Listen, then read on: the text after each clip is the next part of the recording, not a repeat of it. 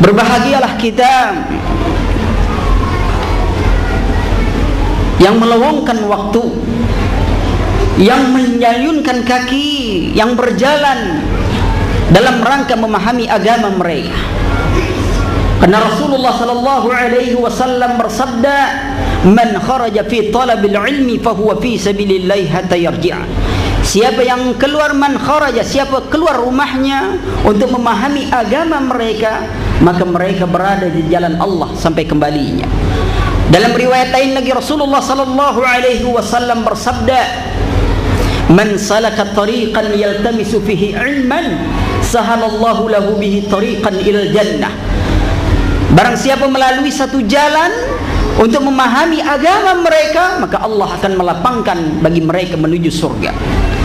Dalam riwayat lain lagi Rasulullah sallallahu alaihi wasallam bersabda, "Ma min qaumin yattami'una fi baitin min buyutillah yata'allamuna al-Qur'an wa yatadarrasunahu illa khaffat 'alaihimul malaikah wa tanazzalat 'alaihimus sakinah." Tidaklah satu kaum yang duduk di satu majelis di antara rumah Allah atau di sebuah majelis, yata'allamuna al-Qur'an, mereka memahami Al-Quran, mempelajari Al-Quran, membaca dan menyimaknya, illa khaffat alaihimul malaikah, kecuali malaikat akan mengepakkan sayapnya. Dalam riwayat lain lagi diterangkan bahwa malaikat akan mendoakan mereka akan diampuni oleh Allah Subhanahu wa taala, wa tanazzal alaihimus sakinah, maka akan diturunkan ketenangan pada jiwa mereka. Hari ini sebuah pembahasan yang sangat penting, karena kita melihat keadaan kaum muslimin sebagaimana disabdakan oleh Rasulullah sallallahu alaihi wasallam, "Yusiku an tada alaikumul umam kama tada al-akalatu ila qashatiha." Qila aw min qillatin bina yawma idzin ya Rasulullah. Qal bal innakum yawma idzin katsirun walakinnakum ghusaa'un ka ghusaa'is sayl. وقد يقذف الله في قلوب عدوكم المهابة لكم ولا يقذفن في قلوبكم الوحى. قال وما الوحل يا رسول الله؟ قال حب الدنيا وكراهية الموت. Akan datang suatu masa menimpa kaum muslimin, mereka menjadi rebutan dari musuh-musuh Islam, sebagaimana orang-orang kelaparan yang memperebutkan sepotong daging di atas meja makan. Lalu sahabat bertanya, apakah waktu itu kami sedikit ya Rasulullah? Kata Rasulullah, tidak. Bahkan pada waktu itu kalian sangat banyak sekali, akan tetapi banyaknya sekalian seperti buih lautan, buih banjir. Bayangkan buih banjir yang banyak tetapi tidak memiliki kekuatan, karena yang dibawa oleh buih itu adalah penuh dengan kotoran-kotoran sampah. Maknanya banyak kaum muslimin, tetapi apa yang ia miliki dari keyakinan itu sudah bercampur dengan berbagai kotoran-kotoran syirik, khurafat dan bid'ah yang melemahkan mereka, sehingga mereka tidak bergantung lagi kepada Allah Rabbul Alamin, dan mereka lebih mempercayai sesuatu selain Allah Subhanahu wa taala. Inilah petaka bagi mereka, melemahkan mereka, menjadi mereka bergantung kepada selain Allah Subhanahu wa taala. Akibatnya Allah cabut rasa takut dari musuh-musuh Islam, lalu dijatuhkan kepada hati kaum muslimin sebuah penyakit al-wahn yang disebut oleh Rasulullah sallallahu alaihi wasallam, hubbud dunya wa karahiyatul maut, cinta dunia dan takut kematian. Betapa banyaknya orang takut dan menghindar dari kematian, lalu mereka mencari pengobatan-pengobatan yang justru tidak berdasarkan Islam, keluar dari jalur syariat Islam. Sesungguhnya berobat bukanlah menghindari kita dari kematian, karena kematian tidak mengenal orang yang berobat atau tidak berobat. Berapa banyaknya manusia yang mati bukan karena penyakitnya, berapa banyaknya manusia yang mati padahal dia telah makan obatnya. Wa mal mautu illa sarikun dakasahsuhu yasudu bila kafin wa yas'a bila rijlin. Tidaklah kematian kecuali seperti pencuri tanpa bayangan, yang berjalan tanpa kaki, menarik tanpa tangan. Wa man lam yamut bisayfin mata bighairihi. Siapa yang tidak mati oleh pedang, maka mereka akan mati oleh sebab yang lainnya. Tanawwa'atil asbab, banyak sebab kematian.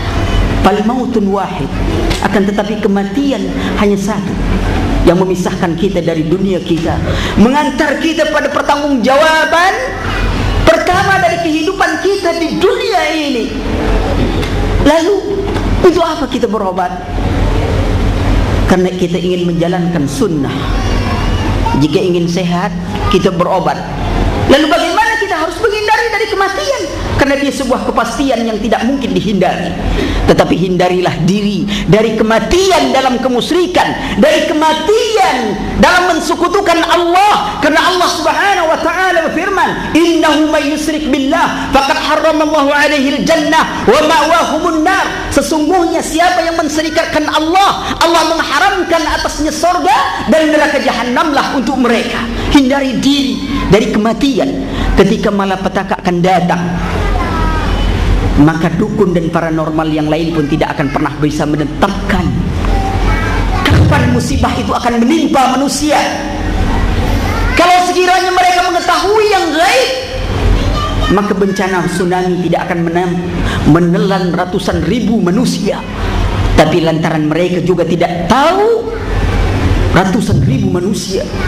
Dan ketika Allah ingin mendatangkan azab, sesungguhnya azab didatangkan akibat ulah manusia. Zaharal fasadu fil barri wal bahr bima kasabat aydin nas liyuziqahum ba'dallazi bima 'amilu la'allahum yarji'un. Telah nyata kerusakan di langit dan di bumi oleh sebab ulah manusia.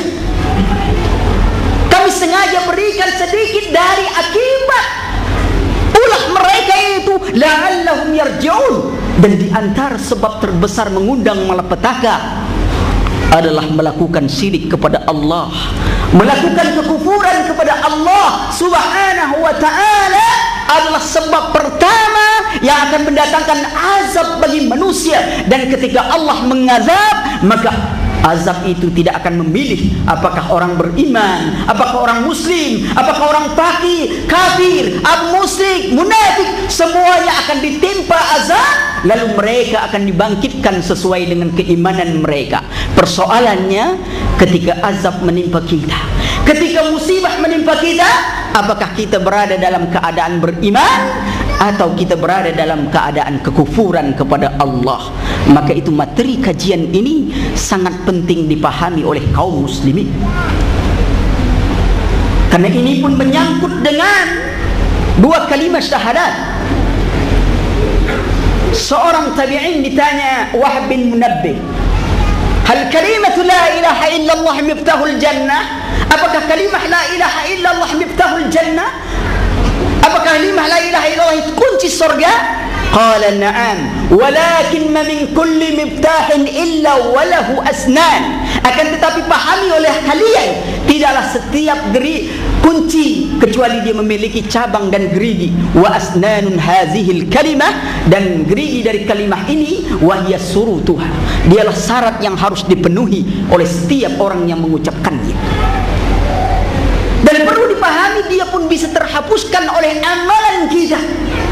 Di antara perkara yang menghapuskan amalan adalah melakukan kesyirikan kepada Allah Subhanahu wa ta'ala.